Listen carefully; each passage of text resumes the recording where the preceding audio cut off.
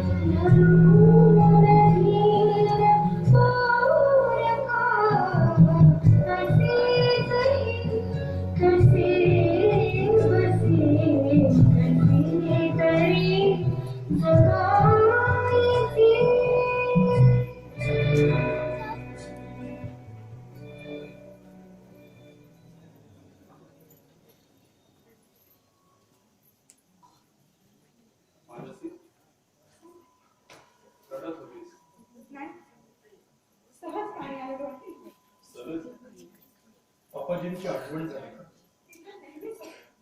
आणि बंटीची? माझा 10 वर्षांचा मुलगा माझ्यापासून एवढा दूर घेऊन ठेवला. त्याला इथे माझ्याजवळ रस्ता आला असता तर? ते शक्य नाही बेटी. त्याला इथे आईचं प्रेम मिळेल, माया मिळेल, पण चांगलं शिक्षण मिळणार नाही. त्यापेक्षा तू एक काम कर, तू स्वतःला हे जे एकलकोंडेपणाच्या कोशात कोंडून ठेवलंयस, तो कोश फोडून तू आधी बाहेर पडायला हवा. सहज कोणालाही दिसावा असं माझा स्वप्न नाही. अमर असताना मी पार्टांना जायचे की तेव्हा त्याच्यासाठी. तो गेला आणि माझं सोशल लाईफ संपलं. आणि मी पुन्हा इथे पापाजींच्या घरी माहेरी येऊन राहिले. पापाजी असताना मला कधीच एकटेपणा जाणवला नाही. पापाजी केवळ माझे वडीलच नाही, माझे मित्रही होते. आय नो बेटी, फार महान व्यक्तिमत्व होतं ते. वटवृक्षासारखं विशाल आणि दीपस्तंभासारखं स्थिर ताठ. पण बेटी, वटवृक्ष कोसळला म्हणून आसमंतातली झाडं झुडपं माना टाकीत नाही, की दीपस्तंभ ढासळला म्हणून जहाज जलसमाधी घेत नाही. तुझ्या पापाजींचं वडिलांचं एक वाक्य होतं, तुला आठवतं? ते नेहमी म्हणायचं, माझा प्रवास इतरांनी उभारलेल्या दीपस्तंभाचा मिंधा नाही. डोलकाठीला टांगलेला मिणमिणता दिवा घेऊन मी माझं गलबत हाकारलेला आहे. माझा दीपस्तंभ माझ्या सोबत येतो. या दुर्दम्य इच्छाशक्तीच्या जोरावर त्यांनी तुझ्या आजोबांच्या काळात गळ्यापर्यंत कर्जामध्ये रुसलेलं हे घराणं नुसतं बाहेर काढलं नाही, तर उभं केलं, उंच केलं. मी एक सामान्य स्त्री आहे. तुम्ही माझी तुलना पापाजींशी करताय? तुलना करत नाहीये, पण स्वतःला सामान्य समजून स्वतःचं अवमूल्यन करून घेणं हे मला मान्य नाही. जरा या बंगल्याच्या बाहेर येऊन बघ, इस्टेटीचा केवढा मोठा पसारा पडलाय तो. अगं, हिशोबाच्या वढ्या जरी तपासल्यास तरी दिवसाचे 8 तास कुठच्या कुठे निघून जातील तुझे. तुम्ही असताना त्याचं काय करायचंय?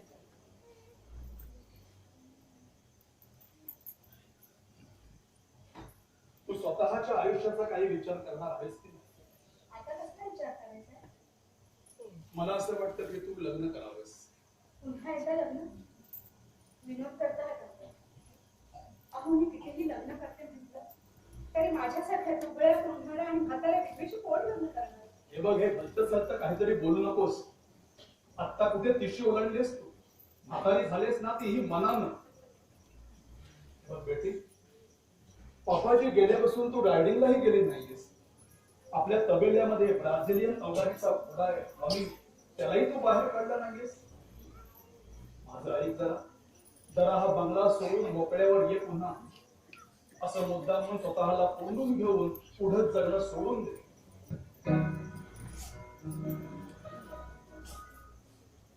ठीक आहे, तशी तुझी मर्जी. मुंबईतून एक पार्सल आले आणि ही काही पत्र धंदे एसटीचे आहेत, त्यामुळे नेहमीप्रमाणे तू पाहणार नसेलच. मी पाहून काय करू? बरोबर. पार्सल कोणाच आहे? तुझ्या मैत्रिणीच निशाच. निशाचं? बघत आहे.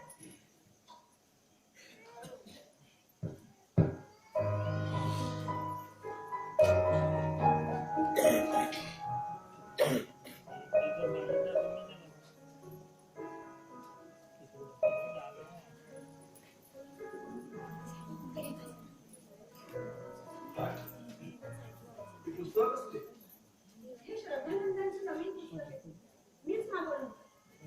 आणि निशाने हे कुणाच्याकडे कागदच पाठवले. काय म्हणते तुझी टार्गेट मैत्रीण?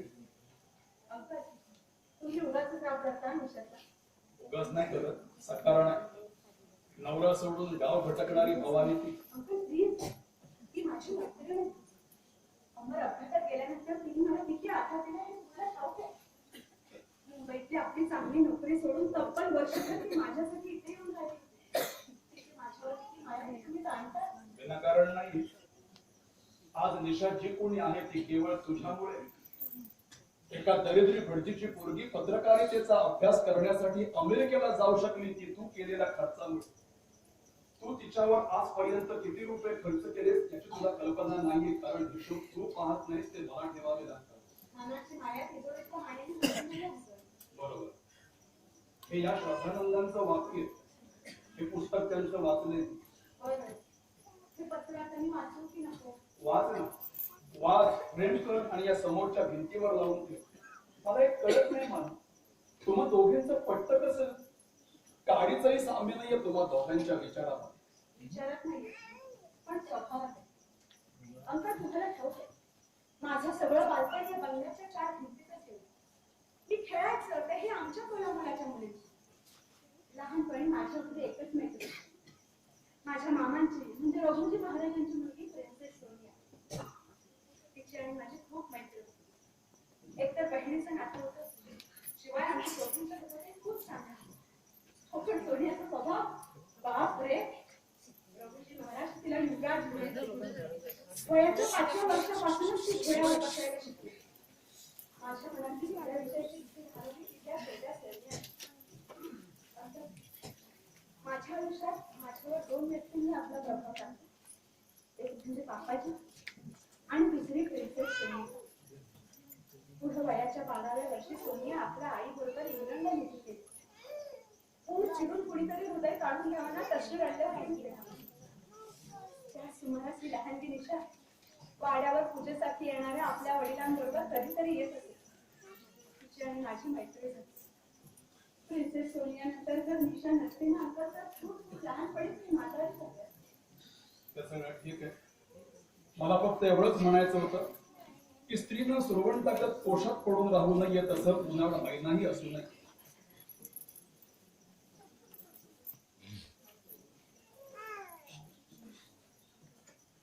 एवढं काय पाहते? तुम्हीच पहा आणि सांगा. हे काय? चकित झालात ना? त्या कादंबरीवर तुझा फोटो? हा वात्रटपणा तुझ्या मैत्रिणीचा असणार आहे. हे निशाचं पत्र होतं. हे मला गरज नाही, तू वाच. बरोबर, मी वाचते. तुम्ही ऐका. प्रिय मान, तू सांगितलेलं श्रद्धानंदांचं पुस्तक पाठवत आहे. सोबत तुला आवडणार नाही तरीही एक कादंबरी पाठवत आहे. तू ती उघडणारही नाही, पण निदान कव्हर तरी पाह. आणि नंतर वाटलं तर उघडून वाच. आतल्या पानांमधून तुला कदाचित तुझी मैत्रीण समजेल, किंवा कदाचित तुला ती पानं आरशासारखी वाटतील. बरं, मी निघू? अंकल, अहो आज सकाळची एक्सप्रेसने निशा इतकी येते चक्क आठवड्याभरासाठी. तिच्यासाठी स्टेशनवर गाडी जातात. की असं करू तुम्ही जाऊ ना आणायला? नाही नको. मला चांगलं ड्रायव्हिंग येतं म्हटलं. ते पूर्वी येत होतं. पप्पाजी गेल्यापासून तू कुठेतरी हरवून जातेस. मी ड्रायव्हरला पाठव. अंकल, आपली ती नवी गाडी पाठवा. ठीक आहे. फुकटची त्या भट्टीच्या पोरीची ऐक. अंकल, आज ती फक्त माझी मैत्रीण आहे. आणि माझी मैत्रीण माझ्याबरोबर चक्क आठवडाभर राहणार आहे. खूप मजा येणार आहे अंकल, खूप मजा येणार आहे. मजा आणि सजा या 2 शब्दांमध्ये फारसं अंतर नाहीये.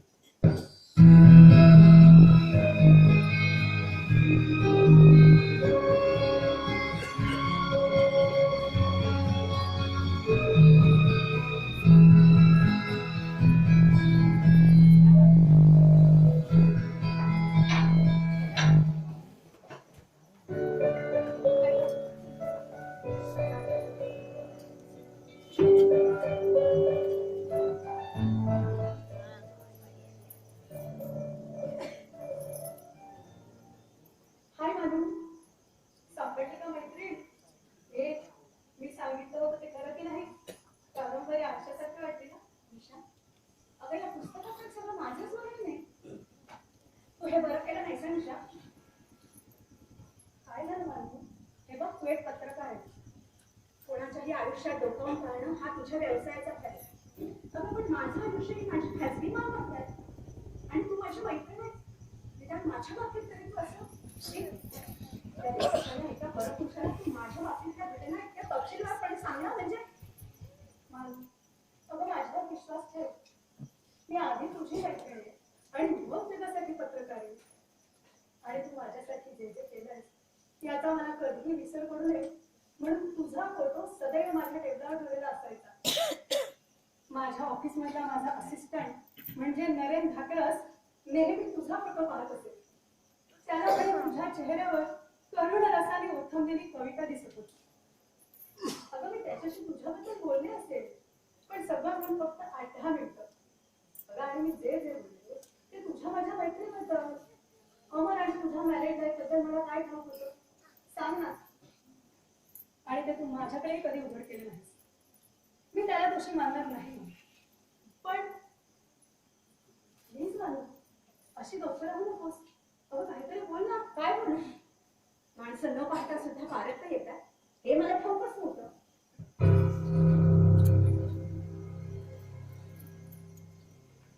मानू राहू नको. प्लीज विश्वास ठेव माझ्यावर. हे बघ मी दास निशा.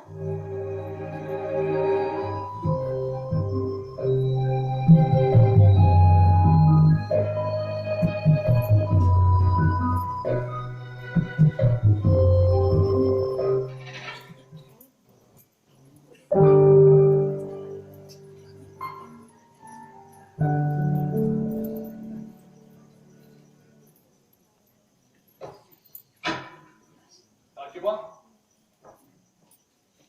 साहेब बंटी बाबा कधी येणार? अरे येईल आता परीक्षा आटोपल्यावर. साहेब बंटी बाबा आले की मी त्यांना घोडसवारी शिकवणार. तू आणि घोडसवारी? हो, आपल्या हमीरच्या पाठीवर बसायला शिकवणार. बरं बरं ठीक आहे. पैसे आहेत ना? हो, आहे तो. खर्चातले कामाला.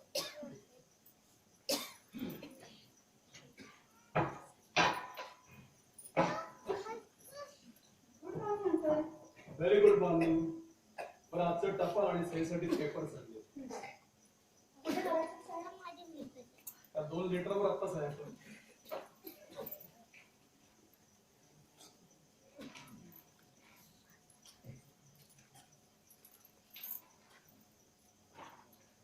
या 2 फाईल्स आधी नीट वाच आणि मग सावकाशीनं सह्या कर. अहो तुम्ही वाचलेत ना, मग मी कशाला वाचायला हवं? माझा हुकूम आहे समज, पण तू वाच. बरं. आणि ही 2 पत्र आहेत. एक तुझ्या दूरच्या आत्याचं आहे आणि एक पत्र आहे निशाचं. काय? ही तुझी मैत्रीण निशा आठवडाभर ना राहणार होती. 2 दिवसांवरच परत गेली. तुम्हा दोघींचं भांडण झालं ना? काय? नाही, किंवा असंही झालं असेल तिच्या कोण्या मित्राचा फोन आला असेल मुंबईतून की मला तुझ्याशिवाय करमत नाहीये. मग काय, गेली बाहेर. तुम्ही तिचा उगाच राग करता. राग? मानसी, राग येणे एवढी सुद्धा एखाद्याची लायकी असावी लागते. मी फक्त तिचा तिरस्कार करतो. साहेब पाहुणे आले. मानसी देवी आहेत का? नमस्कार, मी नरेन ठाकरे आपली क्षमा मागण्यासाठी आलो. कारण मला मॅडम केबिनमध्ये बोलावलं आणि कडक शब्दात माझ्यावर फायरिंग केली. मॅडम? मॅडम म्हणजे निशा राजवाडे. अच्छा अच्छा, म्हणजे तुम्हीच त्या कादंबरीचे लेखक तर. हो, मला खरंच कल्पना नव्हती तुम्हा दोघींना इतका मनस्ताप होईल. आणि मी खरं सांगतो, हे सगळं मी हेतुपूर्वक नाही केलं. क्षमा मागून या अपराधाची भरपाई होईल असं मीही मानत नाही. म्हणूनच कालच्या काळ सगळी आवृत्ती प्रकाशकांकडून विकत घेऊन जाळून टाकली. हा, आता तुम्हा दोघींना जो काही मनस्ताप झाला त्याबद्दल प्रत्यक्ष भेटून तुमची क्षमा मागायची. एवढं केलं येतो. आंबा, ती कादंबरी लिहून जर तुम्ही मला मनस्ताप दिला असेल ना तर ती काढून मला अधिक मनस्ताप दिला. कारण तुमची कादंबरी मला आवडली असं मनापासून नाही करत. असं ना?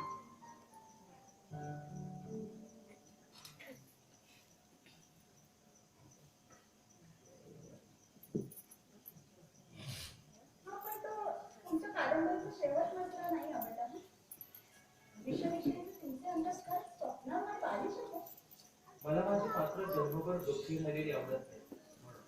तुम्ही म्हणता, तुम्ही सगळं कल्पना लिहिलंय. सगळंच नाही. मॅडमच्या टेबलवर असलेला तुमचा फोटो मी दररोज पाहतो. मॅडम तुमच्याविषयी घोषणा खूप छाया होता. त्यांच्याकडून तुमच्याविषयी जे कळलं त्यावरून मला माझी आई आठवते. हा, त्या कादंबरीतील घटना कदाचित काल्पनिक असतील, पण त्याच्या भावना मात्र खऱ्या आहेत. कारण ती माझ्या आईची मनोव्यथा आहे. तुमच्या आईची. फार शिकली नव्हती, पण खूप वाचायची, कविताही करायची. तुमच्या डोळ्यात जे पाहिले आता तिच्या मनातील वेदना, तिच्या स्मृतीची शपथ घेऊन सांगतो. ही कादंबरी मी काय पैशाच्या किंवा प्रतिष्ठेच्या लोभानं लिहिलेली नाहीये. तेवढं करा आणि माझ्या तेवढे उपकार करा आणि प्लीज तेवढा आरोप माझ्यावर करू नका. आणि शक्य झालं तर मला माफ करा. येतो. थांबा. अहो, इथे काय मुंबई नाहीये. आता काय तुम्हाला परतीची गाडी नाहीये. परतीची गाडी आता उद्या आहे. परतीची गाडी उद्या हे मला ठाऊक होतं. म्हणूनच मी माझी बॅग स्टेशन जवळच्या एका लॉजवर ठेवली. अहो, ती काय ड्रायव्हरपासून हात पाहिजे. बसा.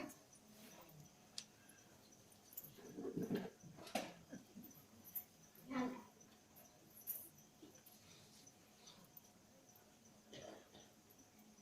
मी आज तुम्हाला इथे का थांबवलं होतं तुम्हाला माहितीये? कारण मला तुमच्याकडून तुमच्या आई समजावून घ्यायची.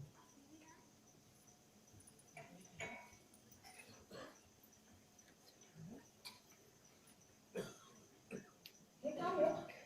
कविता मी माझ्या आईवर केलेली आहे. नीट समजून घ्या. त्याची तिची पहिली भेट, नजरेला भिडते नजर थेट. तो जरा गोंधळून जातो, तिच्या पुढ्यात उभा राहतो. तो जरा गोंधळून जातो, तिच्या पुढ्यात उभा राहतो. सांगू पाहतो काहीतरी, ती हसत असली जरी, पण काहीच न बोलता तो तसाच निघून जातो. पण काहीच न बोलता तो तसाच निघून जातो. खरा प्रवास याच्या पुढेच दोघांचाही सुरू होतो. खरा प्रवास याच्या पुढेच दोघांचाही सुरू होतो.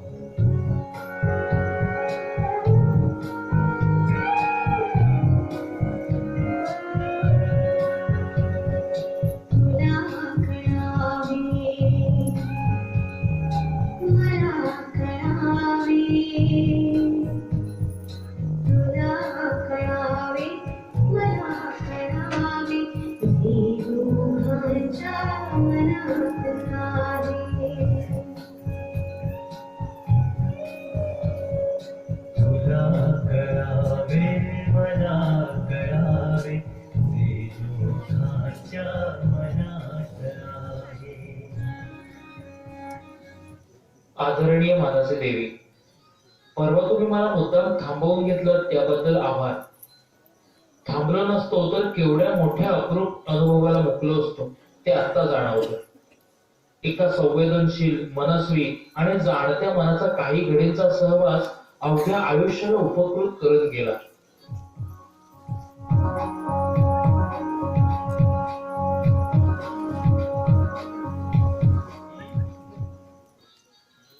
प्रिय मानसी देवी, पत्राच्या उत्तराला तुम्ही उशीर केला आणि वाटलं आपल्या लिहिताना काही चुकलं तर नाही ना, पण तुमचं उत्तर आलं आणि मन सुखावलं. तिथे तिथे पाहतो मला मी, तरी नका सापडे मला मी, तरी नका सापडे मला मी. हसेल हा नजरेचा चकवा की जादू चेहऱ्यात आहे. हसेल हा नजरेचा चकवा की जादू चेहऱ्यात आहे. प्रिय मानसी, काल तुझा निरोप घेऊन मुंबईला निघालो आणि दारातच पावलं शिष्याची झाली आणि हृदय काचेचं. आता स्वतः रंग हरवून मी नितळ रंगहीन झालोय, काचेसारखा. आता माझ्या जीवनात रंग उरले आहेत ते फक्त तुझे.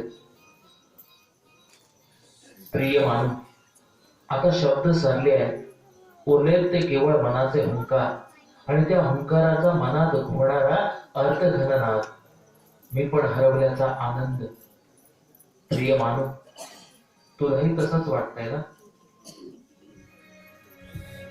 उगाच का मी बडबड केली, उगाच का मी उन्हाळ झालो, उगाच का मी उन्हाळ झालो. कुणीतरी बोलले मला की तुझ्याकडे पारिजात आहे. कुणीतरी बोलले मला की तुझ्याकडे पारिजात आहे. कधी कधी पाळतात यावं, उन्हाच्या प्रभात आहे. तुझ्यात यावी, मनात यावी, उन्हाच्या मनात यावी. तुझ्यात यावी, मनात यावी, उन्हाच्या मनात यावी.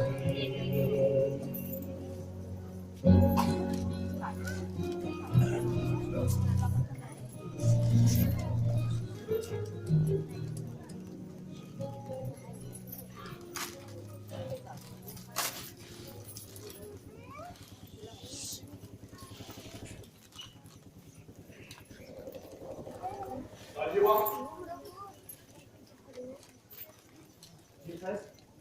मला गाडी काढायला तो इथं नाही, रेल्वे स्टेशनला गेले गाडी घेऊन.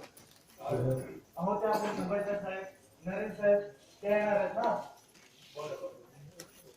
साहेब, नरेन साहेब 6 महिन्यात ना 12 वेळा तरी ठेवून गेले असतील. साधारण त्यांची 24 एक पत्र आली असते. पण तेव्हापासून ताईसाहेब मात्र एकदम खुश असतात. ती पण तिकडेच गेली. नाही, पण तेव्हा गेले त्यांना आणायला. बरं ठीक आहे. पण ती हो, आणि स्टेशनवर ताईसाहेबांनीच पाठवलं. जाऊ शकता.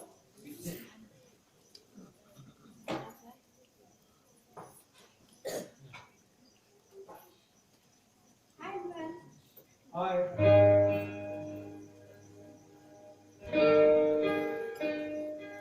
अंकल, अहो काय पाहताय का असं? काय पाहतोय? या आमच्या सिंड्रेलाला एखादी परिराणी भेटते की काय? थट्टा करणारं सर साडी पटवून ये ना. हेच म्हणतोय मी. अगं रंग अजून गडद हवे. पूर्वी असे ते ना तसे. काय आजवर रंग कुठे हरवले? हरवलं नसते अंकल.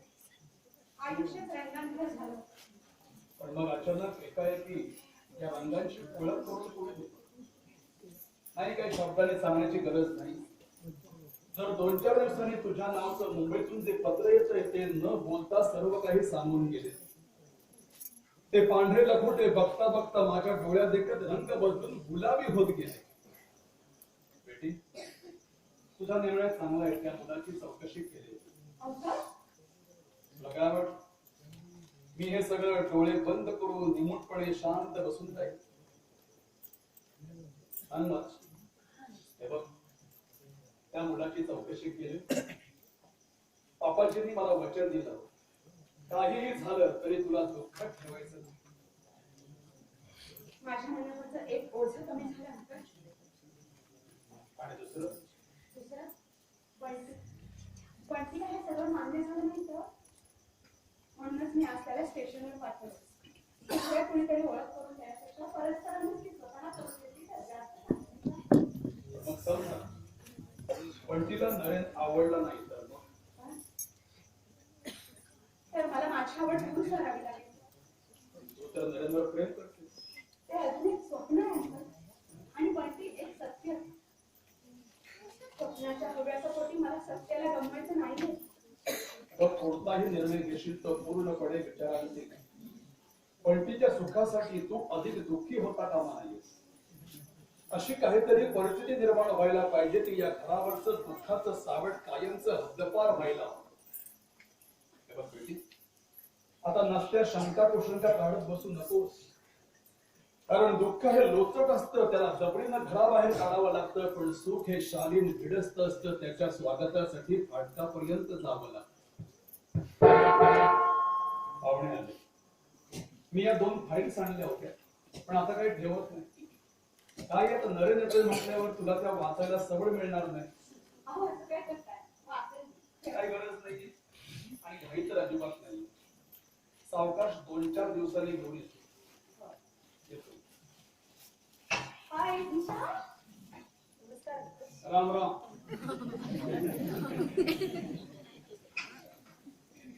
या विश्वासरावांचं मी काय करणार नाही मामा? त्यांचं जाऊ दे. तू ये बघ, बस आधी.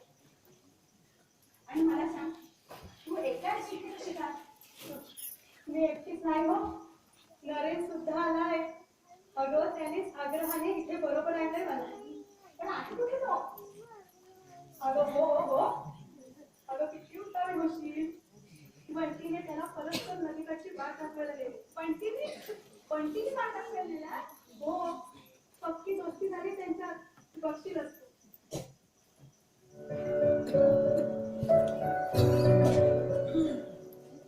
मानू, नरेनने गड तर केव्हाच काबीज केलाय. हा, काही छोटे मोठे पुरुष ते काय? निशा, राग आला? राग नाही बघ, पण तुझी उपमा नाही आवडली मला. अगं कारण मी काही लेखिका नाहीये. हा, पण नरेनला मात्र ते बरोबर जमतं हा. कोणाशी कसं बोलायचं ते. ह्याच्या त्या शब्दांचा परिणाम समोर पाहते ना मी. शब्दांनी केवळ कथा आणि कविता करतात. माणसं नाही. शब्दांखेरीज दुसरं काय आहे का त्याच्याकडे? तुझ्या तो आवडत नाही का? काय कारण गं न आवडण्याचं? आणि आवडण्याचं तरी काय कारण? मानू, तुला तो का आवडला? मानू, तुझे अंग झाले का? तुला जर उत्तर टाळायचं असेल ना तर तू कुशाल टाक. पण मी आपली निखळ व्यवहारी. माझ्या मनात त्याच्याविषयी कोणताही पूर्वग्रह नाही. गेली 2 वर्ष तू माझ्याकडे माझा असिस्टंट म्हणून काम करतो.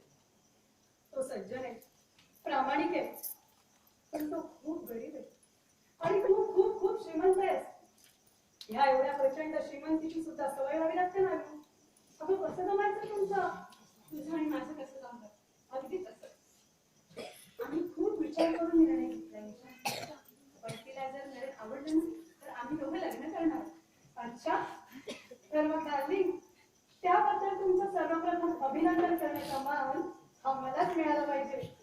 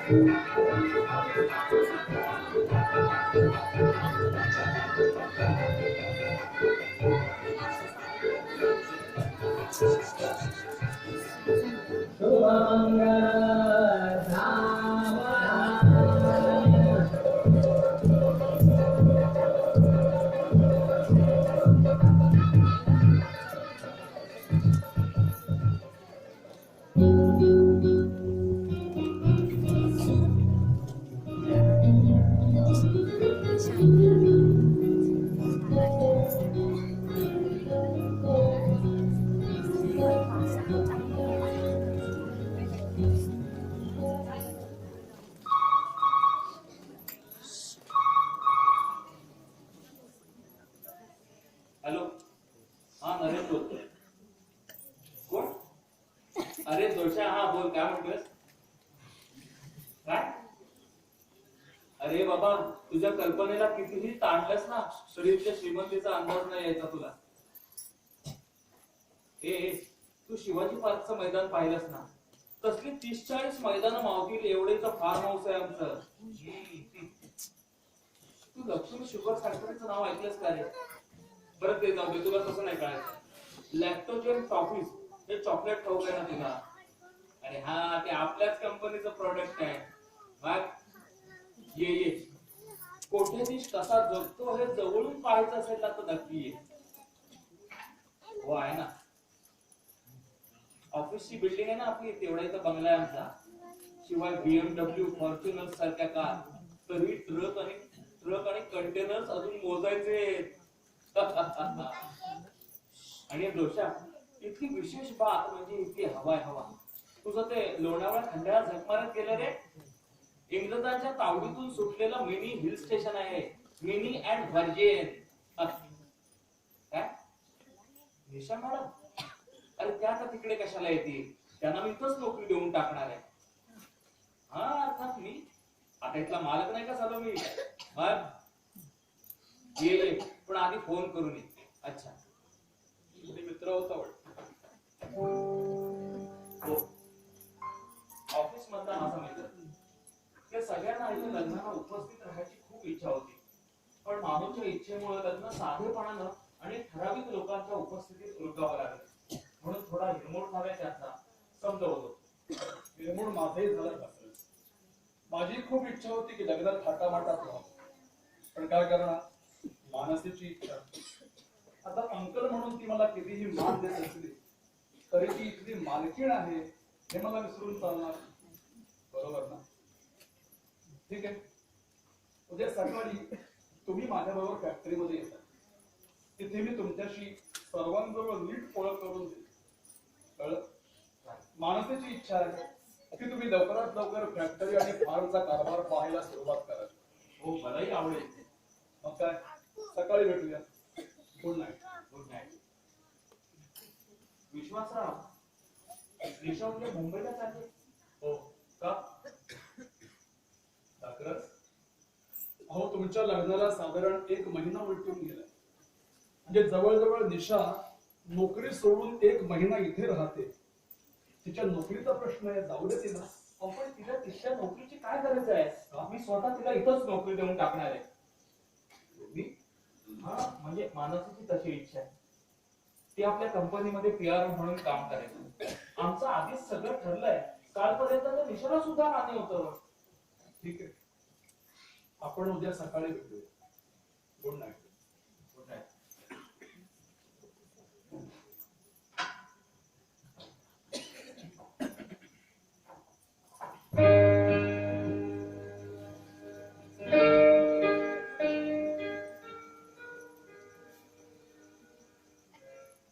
मला वाटलं तू येणार नाही.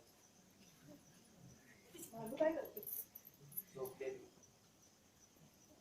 आपण इथे भेटणार होतो तिला ठाऊक आहे? नाही, ती जागी झाली का?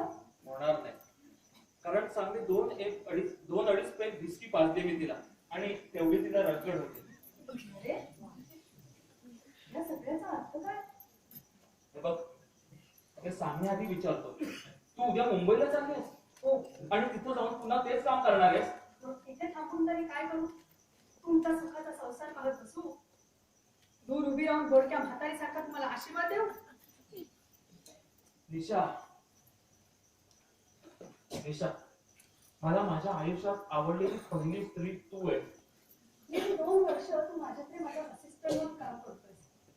तेव्हाही तू माझ्याकडे या दृष्टीने पाहत होतास. अगं सगळे बघत होते, त्यातलाच मी आहे. तू तेव्हा का नाही बोललास कधी? अगं तेव्हा माझी काय दिशा होती. माझ्यासारख्या एका सब एडिटरनं मॅडम निशा राजवाडेंसमोर प्रेमाच्या गप्पा मारायच्या. माय गॉड, हा खुपसून जीव घेतला असतास माझा. आणि आता आता आता तुझ्याकडे माझ्यात कोणत्याही मुद्द्याचा अडचण नाही. पण मानू तिची पर्वा नाहीये मला. पहिली गाठ सुटली की मागच्या आपोआप सुटत जातात. बंधने सैल होत आहेत. ते मानूला जेव्हा कळेल तेव्हा नवीन गाठी इतक्या गुंतलेल्या असतील की ते सोडवणं कुणालाही शक्य होणार नाहीये. तसं तुझ्या बरोबर आवडण्यासारखं खूप काही आहे. यापूर्वी तू मला का आवडला नाहीस ना कळत नाही. पण आता कळलंय ना. मला एकच सांग, तू उद्या मुंबईला जात नाहीये. आणखीन आठवडाभर थांबेल. तेवढ्या दिवसात मला जे कळेल त्यावर माझा पुढचा निर्णय ठरेल. हे बदलते काय? अगं बदलायलाच हवं. पाहते प्रयत्न करू. दिशा, थांब ना.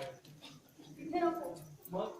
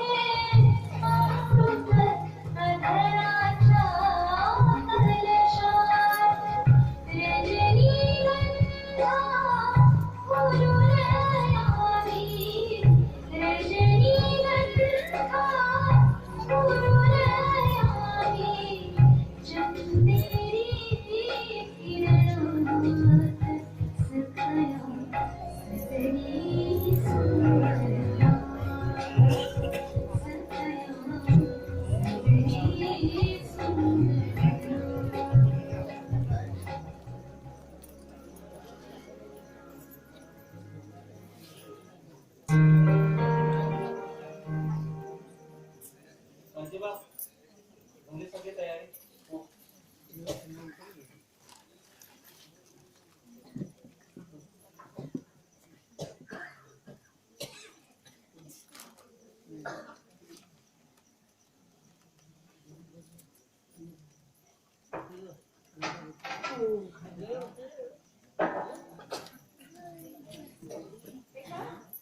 अरे तू अजून असं मुंबईला सकाळपर्यंत पोहोचायचं आहे आपल्याला. थोडी मरगळण्यासारखी वाटते, पण ताप वगैरे नाही आहे. तू ड्रायव्हिंग करू शकणार नाहीस का? तू असं कर ना, तू धर्माला घेऊन जा. अरे धर्म सकाळीच अंतरला घेऊन गेलाय. विसरलास का? हो, मग काय, मला चुकायला हवं. हे बघ तुला जमणार नसेल तर मी करते पाहिजे. नाही नको, विश्वासराव रागवते. त्यांना कोण सांगतोय? तरी भलतीच रिस्क नकोय मला. हे बघ तू उगाच घाबरतो. मी काय आता पहिल्यासारखी राहिलेली नाहीये. आणि शिवाय तू अशीच ना माझी शेजारी. मानसी, उद्याच्या मीटिंगला तुला मुंबईला हजर राहायला जवळ अशातला काय भाग नाही. तेव्हा पहाटे आपण लवकर निघूया. तोपर्यंत माझी तब्येत सुद्धा ठीक होईल आणि दूध चढायच्या आत आपण मुंबई गाठू. चालेल? अरे पण आजकाल कोण समजायला? अगे त्यांचं काय ते मी बघतो ना. शिवाय निशा सुद्धा आता कायमची मुंबईला निघाली. तिच्यासाठी आज आपण फेअरवेल पार्टी करूया. छे छे, या असल्या उत्तरांची मला गरज नाही. अगं, तुला नसेल पण आम्हाला आहे. काय कर? कल्पना चांगली आहे, पण अक्कलला समजावण्याचं काम तुझं. अगं त्यांना काय समजवायचंय? माझी तब्येत ठीक नाहीये आणि तुला ड्रायव्हिंगला नाही आहे एवढं कारण पुरेसं नाहीये का? अरे वा, करून या जरा चेंज करू. हे बघ, चेंज वगैरे करण्याच्या भानगडीत वेळ काढू नको. आहेच तशी येऊन पार्टीला बस. पार्टीच्या दिवशी तुम्हा दोघींना एक सरप्राईज देणार आहे. अरे हो, पण निदान मी हँडबॅग तरी वरचा पाठात ठेवून येते. ठीक आहे, पण पार्टीसाठी नाईट गाऊन नकोय. ओके? बरं, तू म्हणशील तर. आले.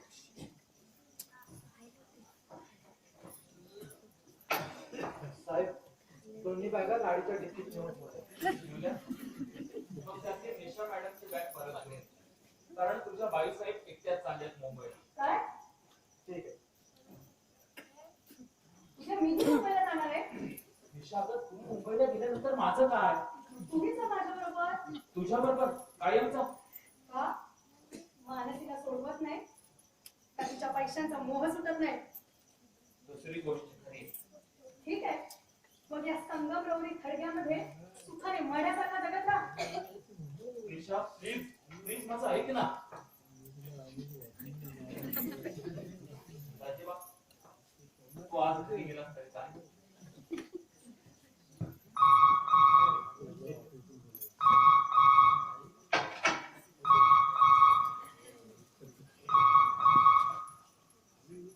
हॅलो, हा नरेन बोलतोय. हा बोला विश्वासराव. हो, मानसी आत्ताच अर्धा तासापूर्वी गाडी घेऊन मुंबईला निघून गेली. बरे तू? काय करणार हो, इलाज नव्हता. तब्येत पण ठीक नाहीये ना. अरे अंकल तुम्ही झाले? बाकी सगळं ठीक आहे. निघतो मी उद्या. हो हो. अच्छा,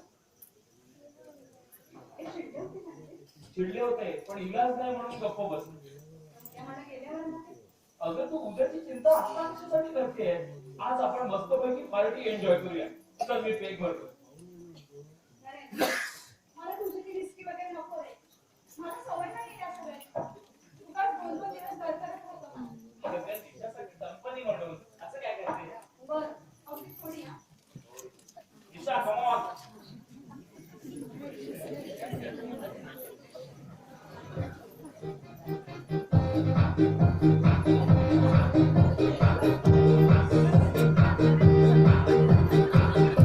Thank you.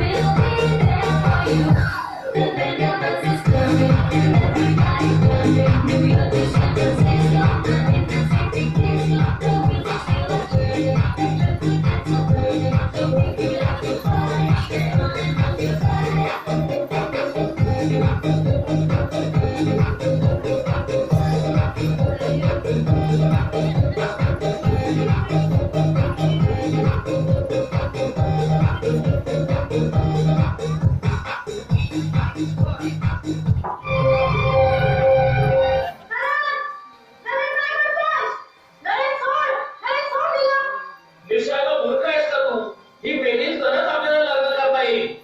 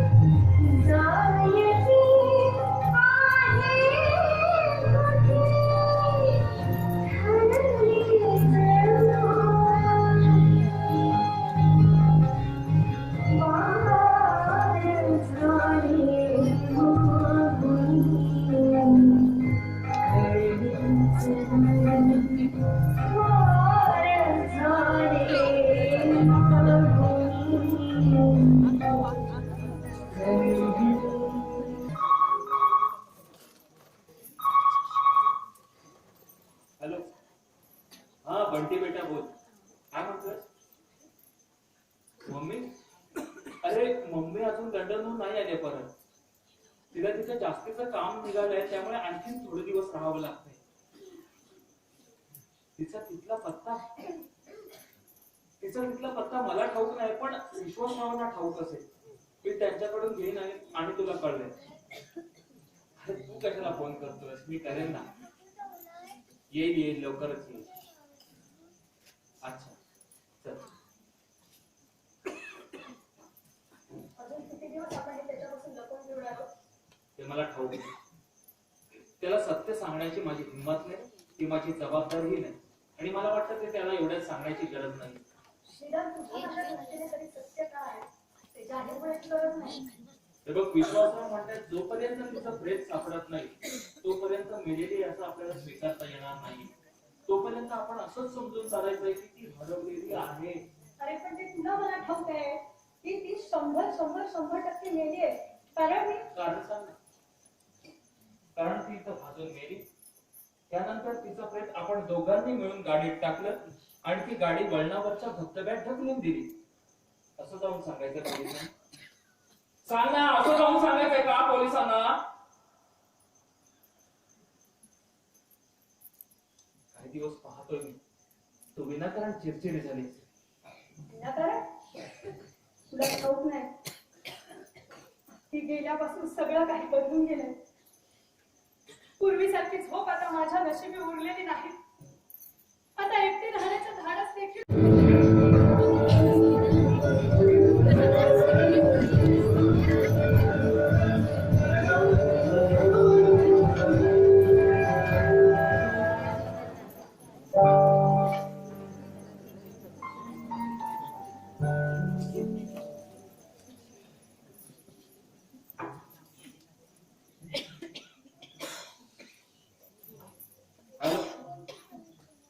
शहासाहेब, मी नरेन बोलतोय.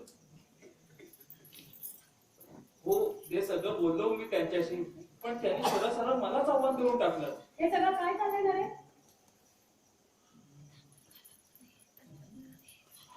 नाही नाही, मला नाही वाटत ते तुमची भेट घ्यायला तयार होती. एक नंबरचा हट्टी आहे तो म्हातारा. ठीक आहे, मी येतोय 2 दिवसात, प्रत्यक्ष भेटून आपण बोलूया. अच्छा, कुठे काय चाललं? मानसीच्या खोलीतलं माझं सामान त्या म्हाताऱ्याने बाहेर काढायला लावलं. त्या रूम मध्ये प्रिन्सेस राहणार. हे होते प्रिन्सेस. संस्थानं केव्हाच खालसा झाली म्हणावं. ही रूम मला हवी आहे. आता नेमकी तीच रूम प्रिन्सेसला आवडली. मला ही तीच रूम आवडते. तुझ्या चेहऱ्याला तसं सांग. निशा प्लीज, फक्त 10 ते 15 दिवसांचा प्रश्न आहे. प्रश्न 10-15 दिवसांचा नाहीये ना रे. प्रश्न आहे तो ज्या पद्धतीने माझं सामान बाहेर काढलं त्याचा. मला सांग, विचारावंच नाही वाटलं नाही तुम्हाला? पण समजणार कोण तुम्हाला? हे बघ, विश्वासरावांनी मला विचारलं होतं आणि मीच त्याला आणि तू सांगितलं मिशाला द्या बाहेर हाकलून.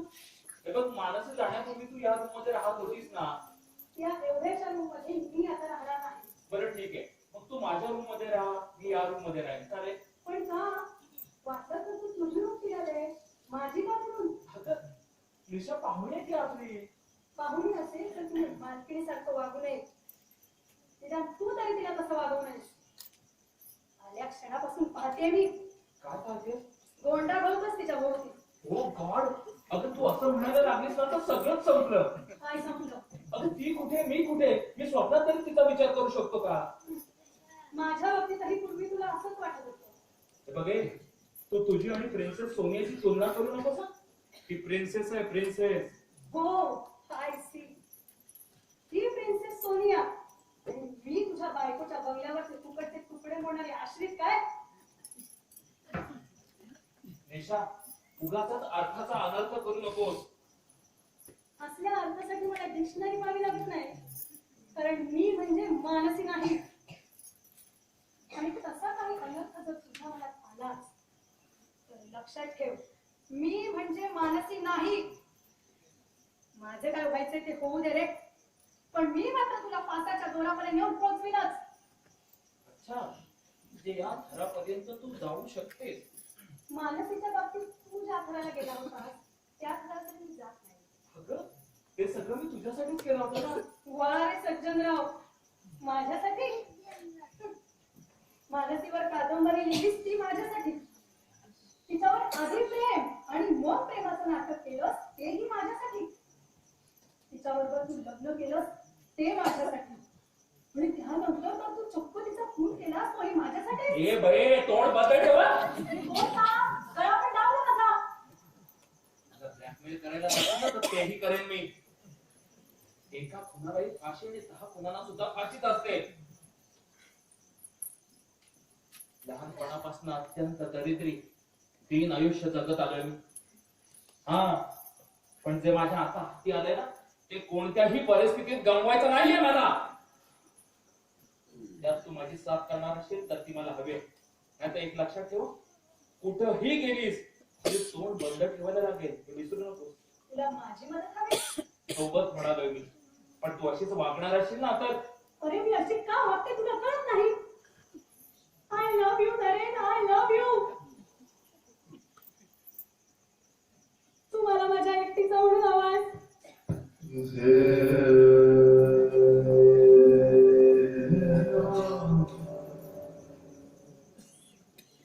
निशा, मी तुझ्या एकटीचा नाहीये. आहेस रे. पण मी सांगितलंय ना तुला, त्या दिवसापासून माझा आत्मविश्वासच हरवून गेलाय.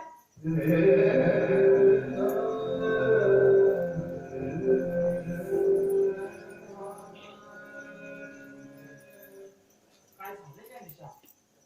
अरे रात्री भरभरती स्वप्न पडतात मला. पहा सुटतात. वाटतं मानसी भूत भूत परत येईल सूड घ्या. हे बघे, हे सगळं भूत वगैरे झूट आहे. पाहिलंच ना, किती मानसी सारखी दिसते ती. नॉनसेन्स. कुठे गुलाब आणि कुठे निवडून. हे बघ, तिचं जरी भूत झालं ना तरी ते तिच्यासारखंच असणार. सडलेला प्रकाश चेहरा, करपलेली कातडी, निर्जीव भेसूर डोकं आणि स्टॉप स्टॉप स्टॉप. मला वेळ लागेल नरेन.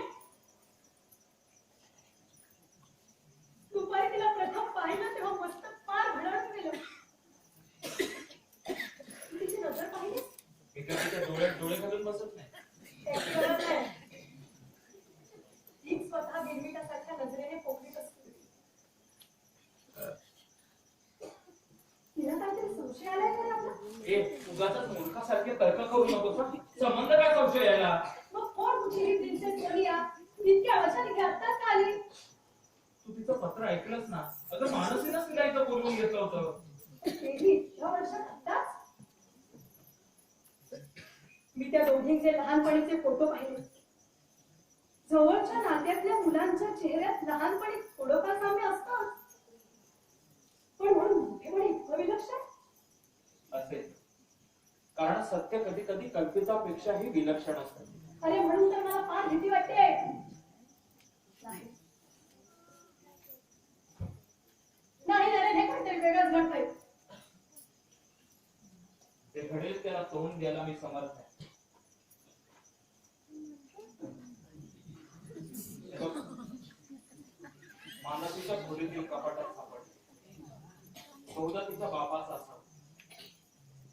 चांगलं 6 बारी रिव्हॉल्वर आहे.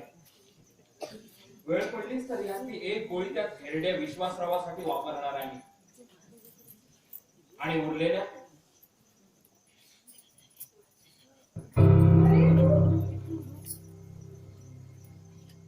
जमवायचा विश्वास येऊ नये तर खट्याचा. तुझ्यासारख्या मूर्ख आणि शंकेखोर बाईच्या गळ्यात गळे म्हणून रडायला मला अजिबात वेळ नाहीये. अरे काय झालंय?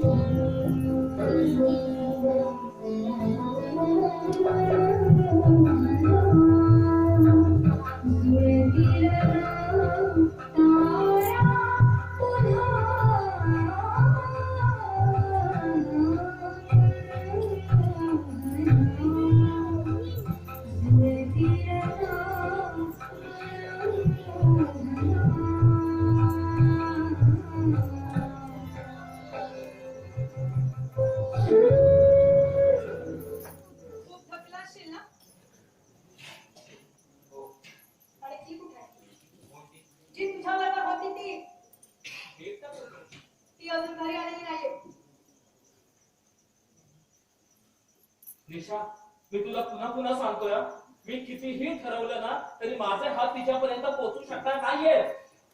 आणि तिने ठरवलं तर 10 देश आणि 100 गावचं पाणी प्यायलेली बाई आहे ती. नवरा सोडून भटकणारी. नवरा तर तुम्ही सोडलाय. अरे म्हणून तर मी तिला चांगली ओळखू शकते ना. निशा, अगं ती माझ्याबरोबर गेली असती तर माझ्याबरोबर परत नसती का आली? मांजर दूध डोळे भेटत तिथं. ती येईल ना मागोमाग तुझ्या कोणतरी मित्राच्या गाडीतून. हो, तिनं स्वतःसाठी नवीन गाडी खरेदी केली बरं का. हो, म्हणजे प्रिन्सेस खरोखरच पैसेवाली प्रिन्सेस दिसते. तुझ्या मागोमाग साधारण किती मिनिटांनी यायला सांगितलं तिला? उगाच भुरक्यासारखं तर्क करू नकोस हं. हे आली, येऊ देत तिला. नाही तिच्या झिंजा उपटल्या ना तर मी. तुझं डोकं फिरलं निशा. फिरलंय ना मग येरवड्याला येऊन टाक ना मला, म्हणजे पिढा नाही माझी. ओरडू नकोस. वर चल, आपण शांतपणे बोलूयात. हा बंगला, ही सगळी संपत्ती सोडेल पण तुला सोडणार नाही. मेले तरी भूत होऊन परत येईल. वर चल. अरे सोड, मी इथेच थांबणार आहे. येऊ दे तिला. निशा, तू चल. काशीबा, काशीबा, माझी मुलगी तयार आहे. हो, सकाळीच मुंबईतून निशा मॅडमचं सामान आलं होतं. ठीक आहे. जा. ती रूम माझी होती, आता ती माझी आहे. मी तुला त्या रूम मध्ये राहू देणार नाही. असं मी मनात आणलं ना तर तुला या बंगल्याच्या फटका सुद्धा येऊ देणार नाही. मी सांगितलं तुला, ती रूम माझी आहे. ए, तुझी ही हिंमत, तू स्वतःला काय मिस्टर कपडा? तुमच्या या मैत्रिणीच्या तोंडात जरा गोळा कोणता प्लीज माहिती निशा, प्लीज. नाही मिस्टर डायग्नोस, गोळा कोणता ना माझ्या तोंडात. तुमच्या मैत्रिणीची तशी आज्ञा आहे. मैत्रीण मिस्टर ठाकरे, मी तुमची मैत्रीण आहे? तेही मलाच विचार ना. आल्या क्षणापासून जादू केले त्याच्यावर आणि तोही मी न घालता तुझ्या भोवती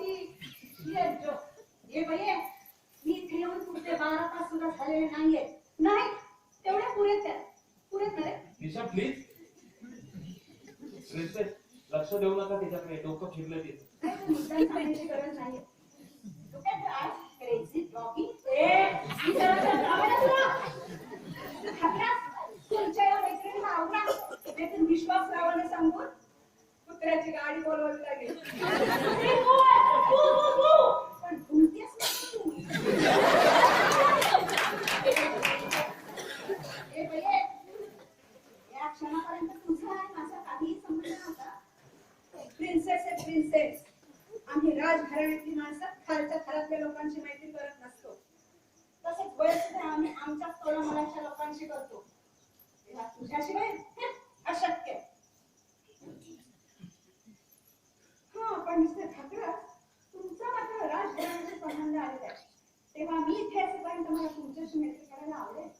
हा तुमचा मोठेपण आहे प्रिन्सेस. नरेन तू आई म्हणते तसं तुम्हाला नरेन तुमचं चालेल. चालेल. तुला रायडिंग येतं का? हो, इथे आल्यानंतरच शिकलोय. उद्या सकाळी आपण लोक रायडिंगला जाणार. Okay okay, good night. Good night.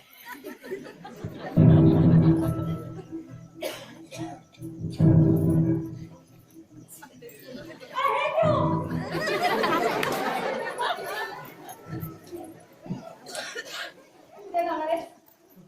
जाऊ. तू उद्या जाणार नाही आहेस का? म्हणजे तू जर उद्या गेलास तर मी विश्वास लावून सगळं खरं सांगून टाकेल. हे बघ, तिचं ते जोपर्यंत प्रयत्न मिळत नाही तोपर्यंत काहीच सिद्ध होणार नाहीये. आणि जेव्हा कधी काही सिद्ध होईल तेव्हा माझ्या बरोबर तुझ्याही हातात हातकडी असेल हे विसरू नको. माझा हात बघ, यावरची धनरेषा दिवसेंदिवस अधिकच ठळक होत जाते. तिचा ठसा तुझ्या हातावर हवा असेल तर माझा हात घट्ट धरून ठेव. आणि तो सोडायचा असेल ना तर एक लक्षात ठेव, आपण दोघं अशा उंच कड्यावर उभ्या आहोत की ज्याच्या दोन्ही बाजूला खोल खोल खाई आहे. आणि म्हणूनच आपल्याला परस्परांशिवाय पर्याय नाहीये. तुझ्या मनात तरी नक्की काय आहे? खूप काय. उद्या रायडिंगला चाललोय. उद्या एका नवीन घोड्यावर नशीब लावून पाहणार आहे. उद्या मीही तुमच्या बरोबर येणार आहे. मलाही शिकायचंय रायडिंग. आश्चर्य, मानसी बोलावत असेल तेव्हा नाही आलीस कधी? कारण ती मानसी होती. ही प्रिन्सेस सोनी आहे आणि माझा घोडा नाथा आहे.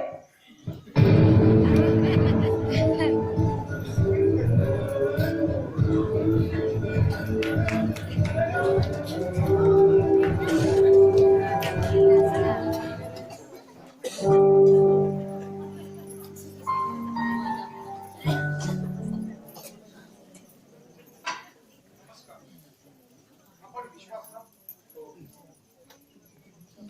मी डॉक्टर विक्रम सरसम. काय काम होतं? आपल्याला काहीतरी दाखवायचं.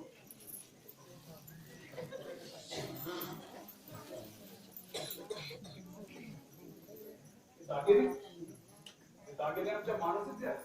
मानसी पण हे तर आम्हाला अबोली नदी आहे. अबोली अबोली आमची मानसी आहे. 2 महिन्यापूर्वी ती नदीच्या पात्रातून वाहत आलेली आम्हाला सापडली. गावकऱ्यांनी जेव्हा तिला हॉस्पिटलमध्ये आणलं तेव्हा तिच्या अंगावर दागिने मानसी आहे. वेल ते मला माहित नाही, पण जेव्हा ती हॉस्पिटलमध्ये आली तेव्हा तिचा अर्धा चेहरा जळालेला होता आणि मनाला कसला तरी धसका घेतलेला. पण आमच्या हॉस्पिटलमध्ये तिची कंप्लीट ट्रीटमेंट झाली, अगदी शारीरिक मानसिक होती. हो, इतकंच काय, प्लास्टिक सर्जरी करून आम्ही तिला तिचा मोठा चेहराही परत दिला. पण मग ही अबोली खूप अबोली म्हणजेच तुमची मानसी. हॉस्पिटलमध्ये असताना इतकं कमी बोलायची की आम्हीच तिचं नाव अबोली ठेवलं. म्हणजे दागिने बघून ती एखाद्या राजघराण्यातली असेल याबद्दल आमची खात्री झाली. डिस्चार्ज घेताना तिने ते दागिने विकून द्यायची विनंती केली. तिची अपेक्षा होती 3-4 लाख रुपये मिळतील, पण प्रत्यक्ष त्याचे 18,92,000 रुपये मिळाले. त्यांनी तिच्या स्वाधीन केले. त्या दागिन्यावरच्या ज्वेलरच्या ठशावरून मला इथला पत्ता सापडला. फोटोवाने हे दागिने आमच्या मानसीचे झाले. याचा अर्थ अबोली म्हणजे तुमची माणूस. यात काही शंकाच नाही doctor.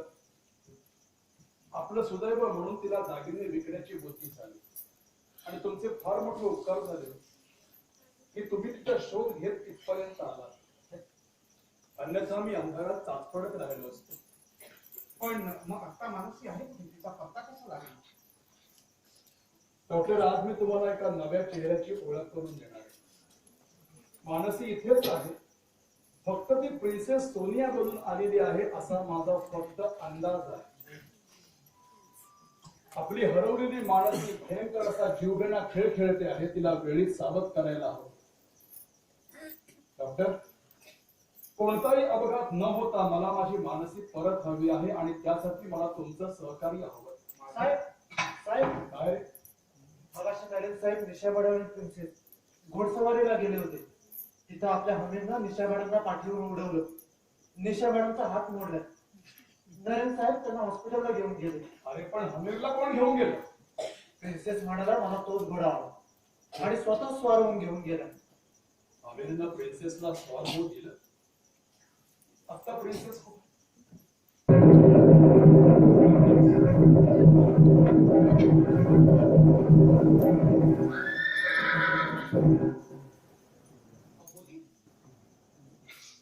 Princess Sonia.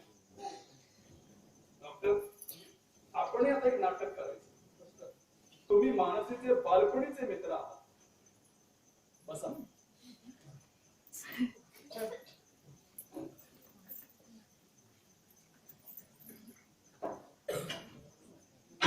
Hello princess, आज मी तुम्हाला नव्या पाहुण्यांची ओळख करून देणार आहे.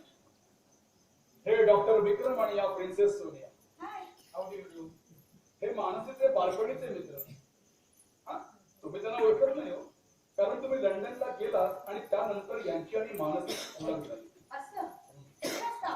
फार दूर असतात, फार दूर असतात. पण आता ते काही दिवस इथे राहणार आहेत, त्यामुळे तुम्हाला कंपनी मिळेल. प्रिन्सेस सोनियाला एकटा जगायची सवय विश्वासराव. हा, पण तुम्हाला मात्र कंपनी मिळेल. बाय द वे, निशाला काय? तिला रायडिंग शिकायचं. पण निशाला हमीरवर कुणी बसवलं? तिला माझाच घोडा हवा होता आणि मी तिचा हट्ट पुरवला. तुम्हाला ठाऊक आहे, हमीर मानसीशिवाय कोणालाही स्वार होऊ देत नाही. प्रिन्सेस सोनियाने हॉर्स रायडिंग मध्ये अनेक गोल्ड मेडल्स मिळवले विश्वासराव. तरीच आणखी काही शंका? नाही, शंका फिटल्या सगळ्या. डॉक्टर, चला मी तुम्हाला आमचं फार्म दाखवतो. नाही नको, आज जरा विश्रांती घेईन म्हणतो. बरं ठीक आहे, ते दाजी मला पाठवतो.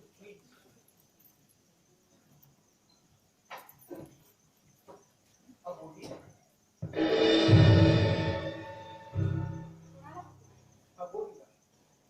पण थांबलात तुम्ही. आमच्या म्हणजे आपल्या दोघांचे गैरसमज झालं.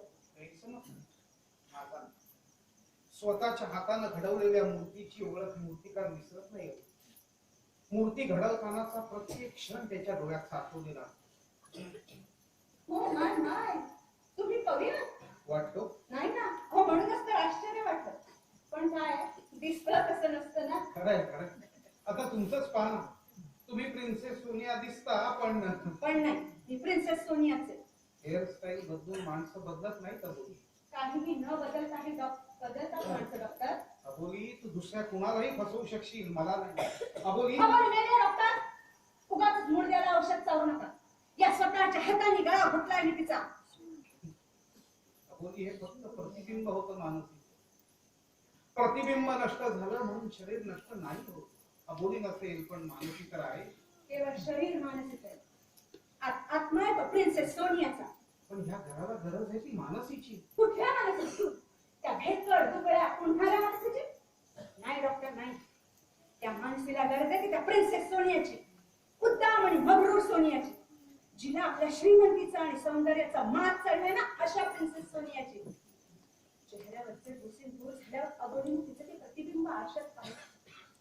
ते गडद भेदक डोळे फळातल्या कोवळा चेहरा जाणता होऊन माझ्याकडे पाहू लागला. माझ्या चिडू लागला आणि खोल मनात शिरलाही. एखाद्या भूतासारखं झपाटून टाकले त्याने मला. त्याचा माजुरी अहंकार नसा नसात वाहतोय माझ्या. पण हे सगळं का, कशासाठी, कारण काय? कारण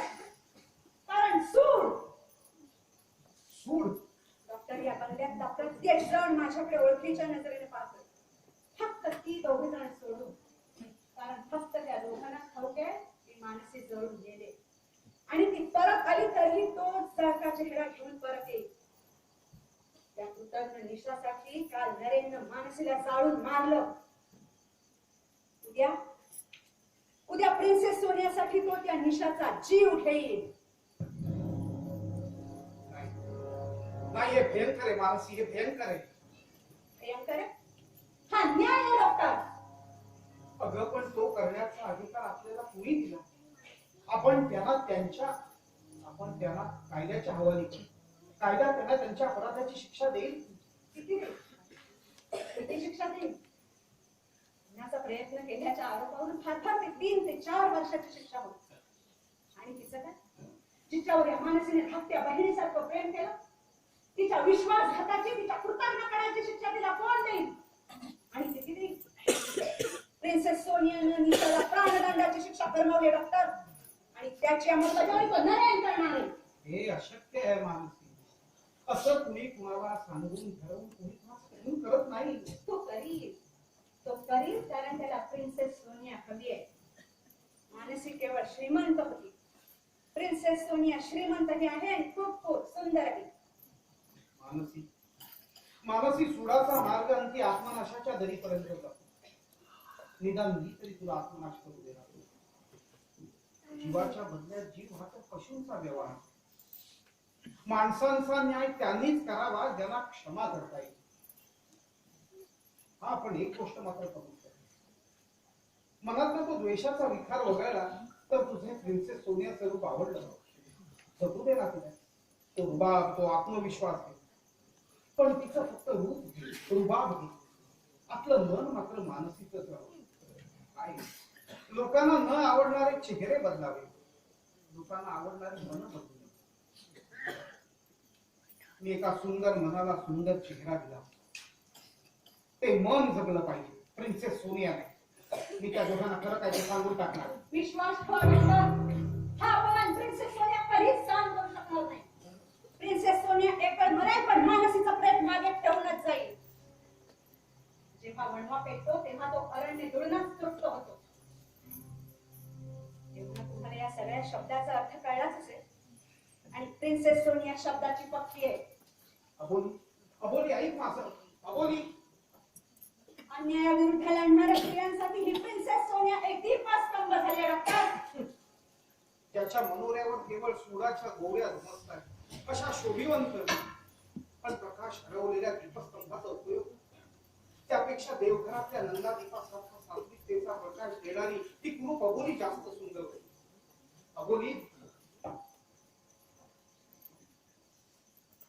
ही अबोली पुन्हा प्रिन्सेसच्या भुलावणीनं वाट चुकली. पण मी माझे प्रयत्न सोडणार नाही.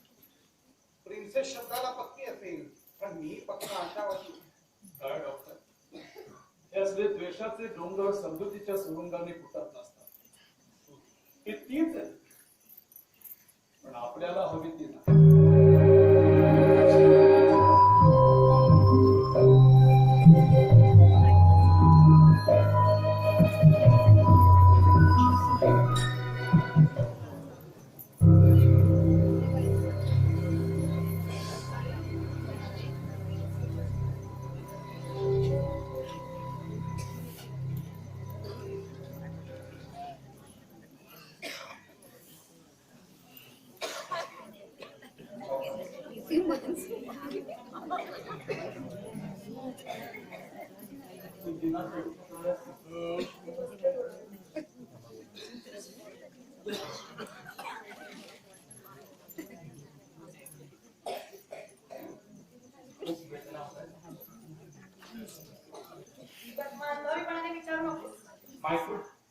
इतका उशिरापर्यंत तुझ्याबरोबर हॉस्पिटलमध्ये थांबलो, तो काय मानवी म्हणून?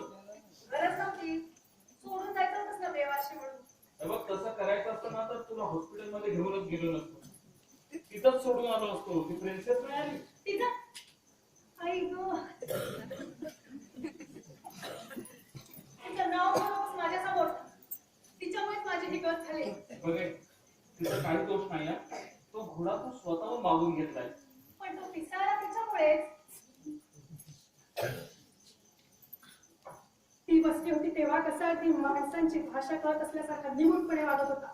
निशा, ती एक उत्कृष्ट रायडर आहे आणि तू नवशिकी. तू तरी काय तिचीच बाजू घेणारीस. हो काय मला तुझा आपला स्वभावच एक दिवस तुला नरकात घेऊन जाणार आहे.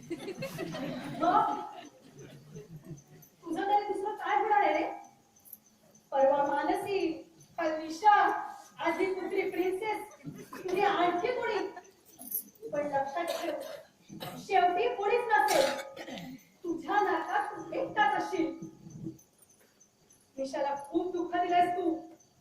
अरे कोण होते मी? माझ्या आयुष्याच्या चिंध्या लक्तर करून टाकलीस. पेंढा भरलेलं बुजगावणं झालंय माझं. निशा, अगं हे दुखणं काय आयुष्याला पुरणार आहे का? पूर्वी होतीस तशी होशील तू. पण तू पुन्हा पहिल्यासारखं होशील काय? हे बघ, मी बदललेलो नाहीये. या वेदनांमुळे तुझं मन सरभर झालं. डॉक्टरांनी दिलेल्या गोळ्या घे आणि शांतपणे झोप करा. त्या गोळ्यांनीही आता मला शांत झोप नाही यायची. हे असलं लाचार आयुष्य मी आता जगू शकणार नाही. मला वेळ लागणार आहे.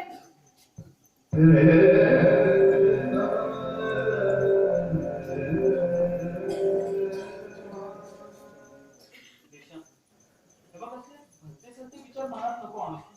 ते येतात. तिने मरताना मला शाप दिला असेल. पहिल्या बहिणीसारखी वागली रे ती माझ्याशी. आणि मी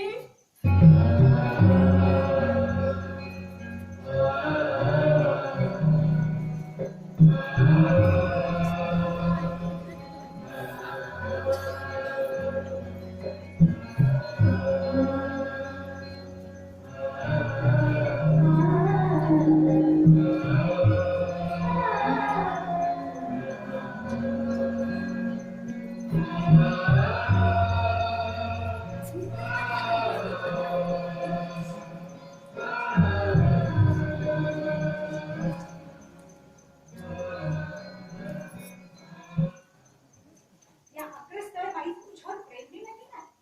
असं मला वाटतं. वाटतं? अरे माझी तर खात्री आहे. हे बघ माझं ऐक. मूर्ख आणि गरीब माणसावर शहाण्या माणसाने कधीही प्रेम करू नये. पण निशा फक्त माझी मैत्रीण आहे. प्रिन्सेस सोनियाला आवडलेल्या पुरुषासाठी. ती माझ्यासाठी आहे. खूप महाग असेल ना? फक्त 50,000. 50,000? आवडती माणसं अनमोल असतात. मी ज्या जगात वावरले नाही त्या जगात माणसांचे वेगळे कधी दिसलेच नाही. दिसले ते फक्त मुखवटे. आणि मला मुखवट्यांच्या जगाचा वीट आलाय. नरेन, तुझ्या आणि माझ्या लग्नाच्या मार्गात मला एकही काटा खपणार नाही. तुझ्या फोटो तुझा मित्र खरा चेहरा ओळखला. आणि काय दैव बघ, तो मिळाला मात्र मानसी होता. मानसी तर गेली आणि आता ही निशा. पण निशा फक्त माझी मैत्रीण आहे. हे बघ, काहीही झालं तरी निशाला दूर करणं हे तुझंच काम. कळलं? Good night.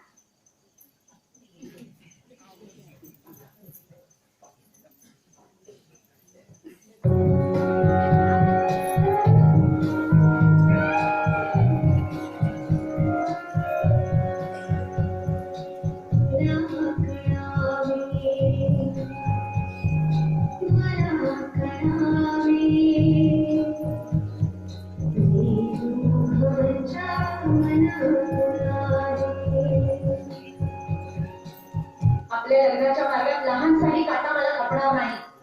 काहीही करून निशाला दूर करणं हे तुझं काम आहे.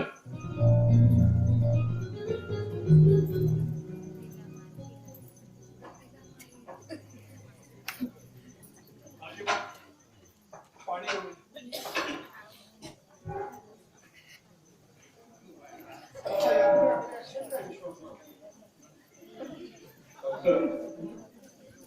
आज सकाळपासून इथे एवढ्या काही घटना घडून गेले की आता आपण नवीन काही करण्यापेक्षा या सगळ्या घटनांची रिॲक्शन पाहत आहे. तू अजून झोपली नाही? हे सगळं ऐकल्यावर मी गप्प बसून नाही असं वाटतं तुला? तू गप्पाच बसणारच कुत्तरडे. संबंध काय तुझा माझा? संबंध काय? उद्या विश्वासरावांकडून कळेलच तुला. निशा, नरेन,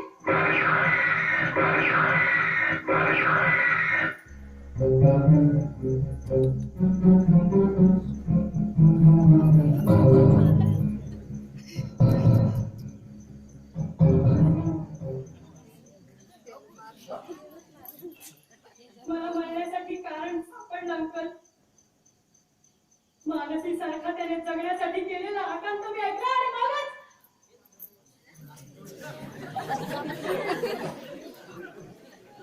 मला ठाऊक आहे अंकल,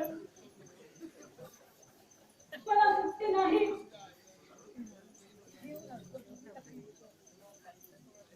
पण मानसीला मात्र मी त्याच्यापासून मुक्ती मिळवून दिली आहे. आता न्यायासमोर जाण्याआधी मला फक्त एकदा मानसीला भेटायचंय अंकल, फक्त एकदा मानसीला भेटायचंय. त्यासाठी आपल्याला दूर जायची गरज नाही. मानस,